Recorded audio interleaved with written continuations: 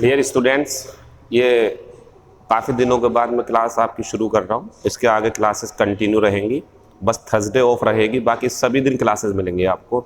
ये class number 34 है और हम डिस्कशन कर रहे हैं टेंस से रिलेटेड क्वेश्चंस का, जिसमें आज क्वेश्चन नंबर पहला है फॉर डस्क। आप यहीं रुक जाइए, आगे ना जाएं आप।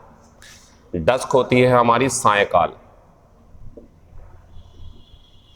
यानी कि जो शाम का समय होता है, जब सूरज छिप रहा होता है या छिपने वाला होता है, वो जो समय होता 20-25 आधे घंटे का, 20-25 मिनट या आधे घंटे का, तो उसे बोलते हैं डस्क। और ये एक पॉइंट ऑफ टाइम है, इसलिए इसके साथ में फॉर नहीं आएगा, सिंस आएगा। एक तो गलती ये रही हमारी। तो डस्क यानी कि सायंकाल से Rashmika has been in the kitchen, Rashmika kitchen में है, काम कर रही है सायंकाल से ही, ये इसका मतलब है।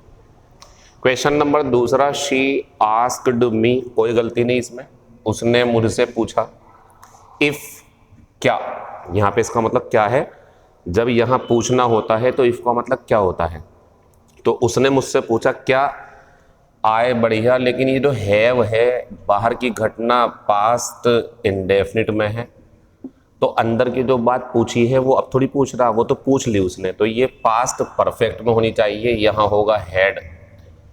और not washed my cloth yet, ये भी संतुष्ट है।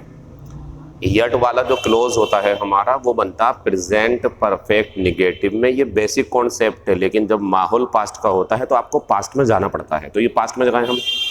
उसने मुझसे पूछा क्या मैंने अभी तक अपने कपड़े नहीं धोए थे। क्वेश्चन नंबर तीसरा काम करेगा कौन सा? यट। और यट वाले जो क्लोज होते हैं बच्चों, जब मीनिंग अभी तक का देते हैं तो बनता है प्रेजेंट परफेक्ट निगेटिव में। आंसर बनेगा दूसरा, पहले में निगेटिव नहीं था इसलिए गलत, तीसरा पास्ट इंडेफिनिट में है गलत। आप कह सकते हैं कि सर यहाँ पे आपने हेड नोट लगाया, यहाँ हेड नोट क्यों नहीं लगाया? क्योंकि इसमें पास्ट का मामला नहीं है ना, इसमें कोई पास्ट का सिग्नल नहीं है कि पास्ट का समय हो, पास्ट का कोई क्लोज हो, तो फिर वही रहेगा बेसिक कॉन्सेप्ट।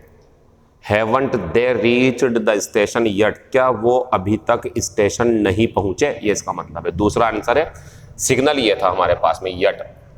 सिग्नल मीन्स होता है जो जवाब देने के लिए जिम्मेदार होता है कि ऐसा कर लो। Question number 4, she has been owning. अब ये जो ऑन है, और भी वर्ब है जो कॉन्टिन्यूअस फॉर्म में नहीं रहना चाहती हैं, जैसे ऑन है, नो है, बिलोंग है, हैट है, लव है, कंटेन है, कंसिस्ट है। लेकिन हमें रोकना सेंटेंस परफेक्ट में ही है। अच्छा, परफेक्ट में ही क्यों रोकना? क्योंकि ये लिखा हुआ है फॉर 15 ईयर्स, तो परफेक्ट में भी रोकना है, कॉन्टिन्यूअस भी नहीं बनाना। तो क्या बचा? सिर्फ परफेक्ट। आप ऑनिंग का करो owned, third form has been काट दो, बनेगा she has owned this red car for 15 years. वह 15 सालों से इस लाल कार पर अधिकार रखती है, या उसके पास ये कार 15 सालों से है। Question number 5, he did not seldom visit us. Seldom है तो नोट नहीं आएगा, अब डिड अपने आप इसमें चला जाएगा। लेकिन बात आती है सर गलती कौन से पार्ट में? गलती इस पार्ट में, बी में, इसमें नोट था, वो अपने आप सही कर लेंगे जैसे उन्हें करना होगा। फिलहाल बन जाएगा ही सेल्डम विजिटेड अस। क्यों हुआ ऐसा? क्योंकि नोट नहीं आएगा, सेल्डम निगेटिव है, और जब नोट हटेगा तो ये जिम्मेदारी ले नहीं पाएगा डिड को बाहर करने की, तो डिड भी अंदर जाएगा, ये इसका तरीका है। Question number 6, robin was usually. जब यूजुअली है तो आईएनजी नहीं आएगा, वाज काट के डिड कर देंगे और वो डिड इसके अंदर आ जाएगा और बन जाएगा मिसबिहेव्ड।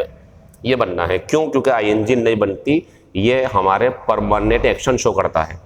तो रॉबिन ना अक्सर मेहमानों के साथ मिसबिहेव करता है, बदतमीजी करता है या करता था।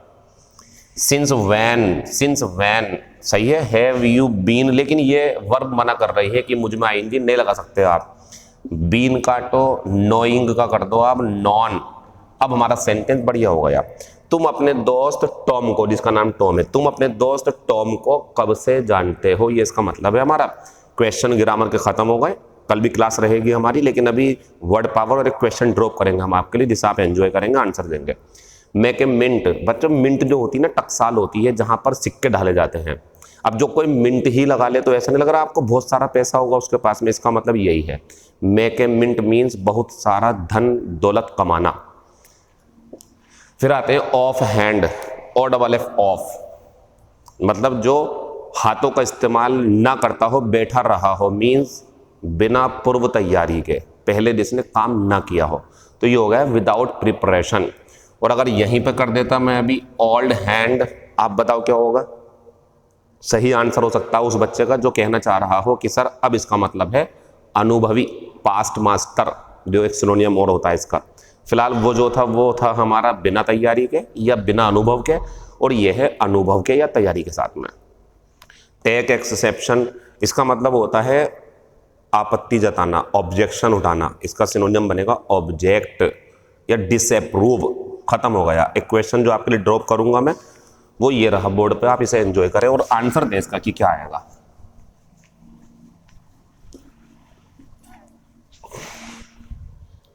क्वेश्चन है मेरे पास में, he will be back, back यहाँ एडजेक्टिव का काम कर रहा है, ठीक है, वो वापस आएगा। तो ही विल बी बैक और ब्लैंक और कर दिया मैंने पीएम।